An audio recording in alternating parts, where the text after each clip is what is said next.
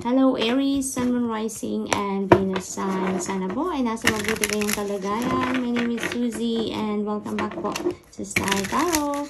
Ito po ang inyong daily messages for September 13 at general reading po ito ha. Kaya hindi ito magra-resonate sa lahat. Maraming salamat din po sa inyong walang sawang pagsuporta sa ating channel, Aries. I truly appreciate it. God bless you all. Kung bago naman kayo rito, welcome po sa ating channel. And maraming salamat sa inyong pagbisita. Kanina pa naka-stick out. Ayan. So, Knight of Cups po. Ang pauna ninyong mensahe dito, Aries. Ibig sabihin yan, no? Na meron kayong makikilala dito na bagong kaibigan, no?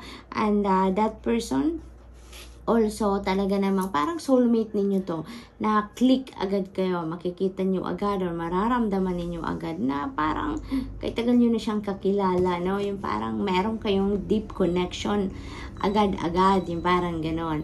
And maari din na this is about apology, no? Aries, maaring meron ditong maglalapit sa inyo dito na maaring dati nyo nang kakilala or kaibigan, yung mga ganon, and is going to apologize sa inyo, no? May ganun din. May offer of love din dito, no? Maaring meron na ditong manliligaw sa inyo, maaring meron nagkaka-interest sa inyo romantically dito, and maybe, no? Maglalakas loob na ang taong ito and is going to, profess na, diba? Kung ano man ang romantic interest niya sa'yo, kung ano man ang nararamdaman niya towards you, Aries. So, yun. May, may kilig factor lang ito for some of you, Aries, no? If this is applies to you, no? We have the Hermit energy. Pag-isipan nyo yan. Yun agad ang narinig ko, Aries. Pag-isipan ninyo yan. Kasi maaari din na ang iba sa inyo hindi pa ngayon hindi pa kayo focus sa love life, no, for some of you. Kaya ang na-pick up ko dito, pag-isipan yung maigi, no? Maaring pag-isipan ninyo ang offer of love sa inyo, or maybe yung nag-apologize, no? Maaring yun ang pag-iisipan ninyo din dito for some of you, Aries, no? And this is also asking for you to put yourself in solitude, no? Kasi maaring dito may mga self-discoveries ang iba din sa inyo, Aries. Maaring time din ang iba sa inyo dito para magmuni-muni, mag-reflect, mag-prayer mode, mag-meditate. Maaring ganon because maaring ang iba sa inyo is seeking for answers. Maaring naghahanap kayo ng kasagutan. Maaring naghahanap kayo ng liwanag, ng enlightenment ngayon. Aries, maaring may sitwasyon kayo dito na medyo malalim ang iniisip ng iba sa inyo. Kaya gusto ninyong magtanong-tanong, no, sa ibang tao, pero maaring nagtatanong-tanong ng iba sa inyo but hindi pa ninyo naririnig siguro yung sagot na gusto ninyong marinig. Kaya, ang ina-advise sa inyo ng spirit dito through the Hermit card is for you to put yourself in solitude. Kasi, maaring merong mga pinapadala na sa inyong intuitive messages, maaring may mga signs, symbols, and synchronicities na talaga na pinapadala sa inyo ang spirit para malinawan kayo, no? Or magkaroon na kayo ng clarity, enlightenment if that's what you are seeking. Or maaaring ginagabayan na talaga kayo, 'di ba? Pero hindi ninyo na-access 'yan. Maaaring hindi ninyo nakukuha, hindi ninyo naririnig kung ano yung gabay sa inyo na pinapadala sa inyo ng divine universe. Kaya if you are listening to this reading, if you are watching this video, Aries, this is another nudge para sa inyo. Kasi maaaring nagdadasal kayo, humihingi kayo ng gabay, but you are not doing your part din naman. Hindi ninyo pinapakinggan siguro ang mga intuitive messages na pinapadala sa inyo. Kaya, this is an advice for you, no? Na Aries, pinapadalhan ka ng gabay, no? May liwanag, pinapadalhan ka ng enlightenment, ng intuitive messages to guide you or to give you answers sa mga tanong mo, but hindi mo pa siya na-access, hindi mo pa siya pinapakinggan. Kaya, Hermit energy symbolizes solitude. Kaya yun, ina-advisean ka ngayon to put yourself in solitude. Mag-reflect ka, mag-me time ka, spend time alone nang sa gayon. You know, you can relax your body, you can relax your mind, mapapatahimik mo ang inyong isipan, and with that, you know, you'll be able to hear yourself. You'll be able to listen also to your intuition. You'll be able to listen to your inner guidance, no? Aries, nang sa gayon, marinig ninyo ngayon kung ano yung mensahe para sa inyo. Diba? Kasi meron ng merong binibigay na sa inyong gabay. Hindi nyo lang siguro ngayon naririnig pa. Hindi ninyo na nakukuha, no? We have Page of Wands. Maaring yung gabay na yan is related to opportunities, no? Maaring opportunities yan for trabaho, for pagkakakitaan, additional income, racket, business venture, career opportunity. Maaring ganun ang sitwasyon that is related to your creativity, Aries, no? At maari din na may parating talaga sa inyo dito ng mga balita, no, from other people. Maaring merong dumating na offer sa inyo, maaring ganon, that is related dyan sa inyong creative prowess, diba? Yung mga artistry ninyo, yung mga ganon. So, Aries, that's all I have for you for today. I hope nakatulong ang mga mensahe ito in some way. Thank you for watching. Love and light. Namaste. Hello, Leo, Sun, Moon, Rising, and Venus sign. Sana po ay nasa mabuti kayong kalagayan. My name is Susie, and welcome back po sa Star Tarot. Ito po ang inyong daily messages for September 13. No? General reading po ito ha, and maraming salamat din po sa inyong walang samang pagsuporta sa ating channel. I truly appreciate it. God bless you all, Leo.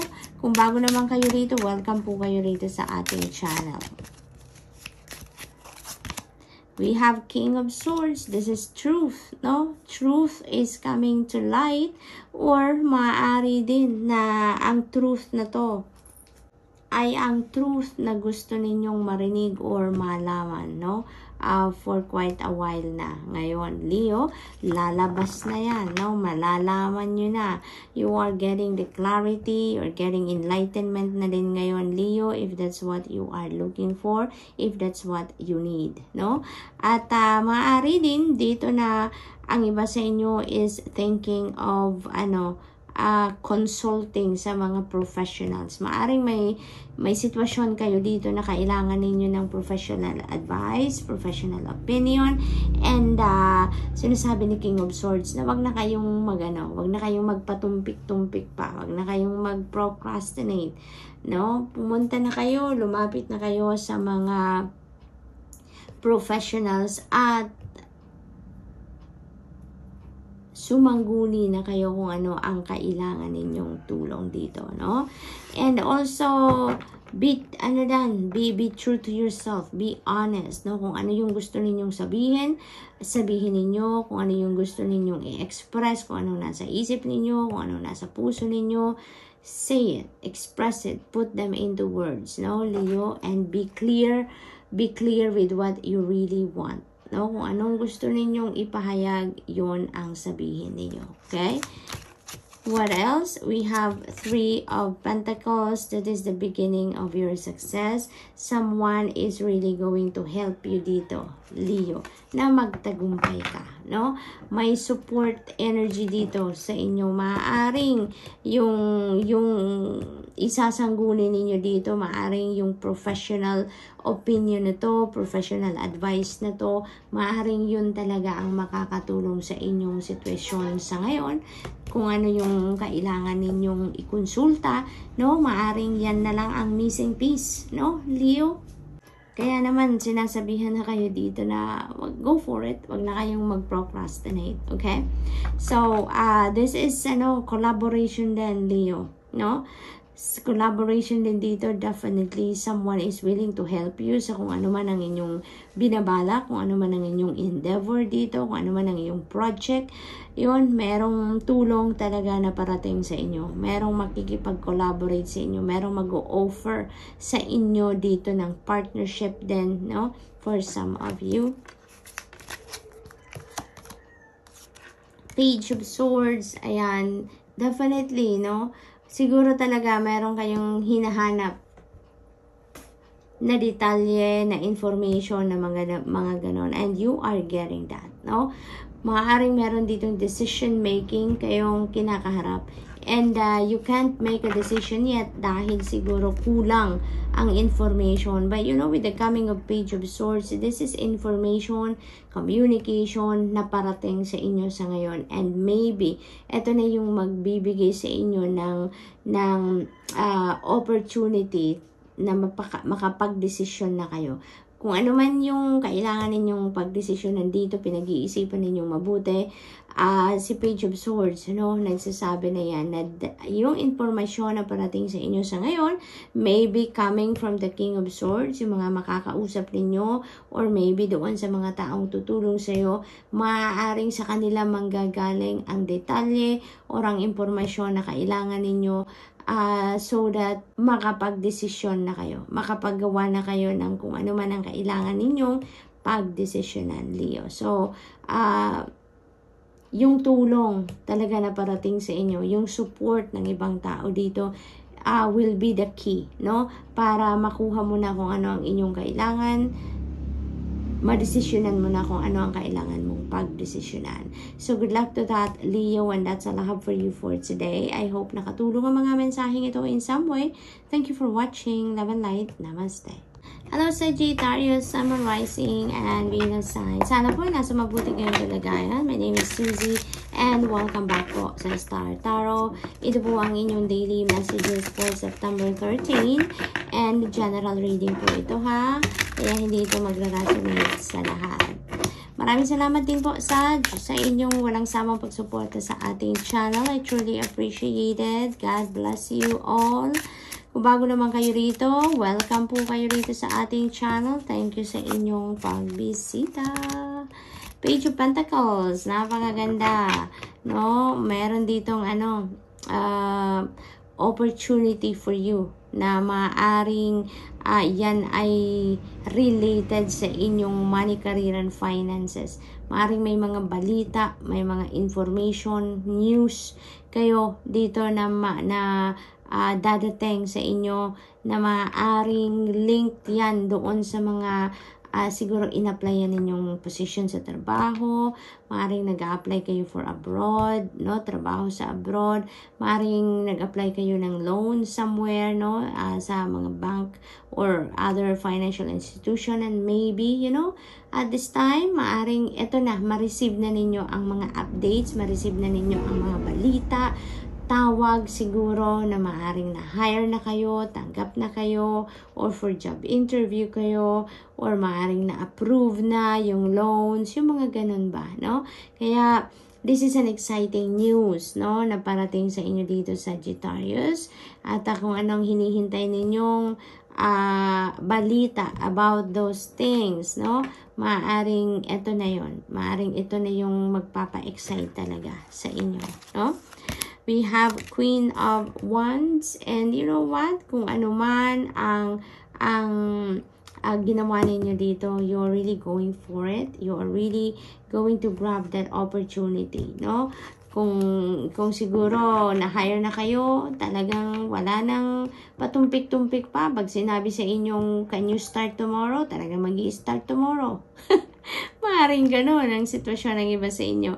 If that is job interview, maaring always available kayo, diba? Talagang sasabihin ninyo, I am available right away or anytime today, or mga gano'n along those lines, no? Maaring gano'n ang sitwasyon dito ni Sag. Kasi si Queen of Wands, talagang ano to, driven, determinado, desisyon talaga. Diba? Focus on the prize. As a Queen of Wands, focus on the prize at talagang nasa right on target siya. Kung baga, kung ano yung gusto niyang mangyari dito, talagang gagawin niya ang lahat para makuha niya yan. Kaya, it feels like to me na kung ano ang pinagpo-focusan ninyo ngayon, no? Trabaho man, or negosyo man, relationship, career, whatever that is, talagang ano kayo, kung ano ang sinet ninyong intention or sinet ninyong target for yourself, talagang nandoon ang focus ninyo, no? You're going to do anything and everything in your power para makuha ninyo yan. Ganon si Sagittarius sa ngayon.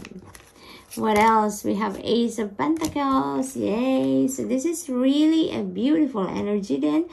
Kasi Ace of Pentacles is a new beginning energy. So merong simula. Merong bagong simula. Kumbaga, dito, pagdating sa inyong money, career, and finances, no? So, maybe talaga, yung offer na to, no? Talagang i-grab din yung opportunity na yan, no? Yung trabaho na yan, yung ganon, kung merong offer or job interview na yan, talagang siguro, makukuha nyo talaga yan, no? Si Ace of Pentacles is a new beginning in your finances. Ito magbubukas ng bagong pinto, magbubukas ng money path, kumbaga para sa inyo Sagittarius, no? Maaring ano to, mga financial opportunities na parating talaga, bagong trabaho, bagong pagkakakitaan, mga source of income, additional source of income, maaring ganon. That could also be a inheritance, maari din ganun. This could also be windfall, Sagittarius, no? Basta may kaperahan na parating sa inyo. It could come from different sources. It could come in different forms din. Kasi maaring in the form of property, maaring in the form of cold cash, maaring may magregalo sa inyo ng pera, maaring may magpamana sa inyo ng pera, diba? It could come in different forms from different sources, no? There's also travel dito, no? Sagittarius, maaring may relocation din na gagawin ng iba sa inyo dito. And there is an acquisition of property. Then, yun ang narinig ko din. There is an acquisition of property. Maaring binili nyo yung property na yan or maaring pamana sa inyo ang property na yan, no? And, ito na yung yung mga opportunities na magbubukas ng bagong pinto para sa inyo para mabago ang inyong financial landscape dito sa Sagittarius. Okay? So good luck. And that's all I have for you for today. I hope nakatulong ang mga mensaheng ito in some way. Thank you for watching. Love and light. Namaste.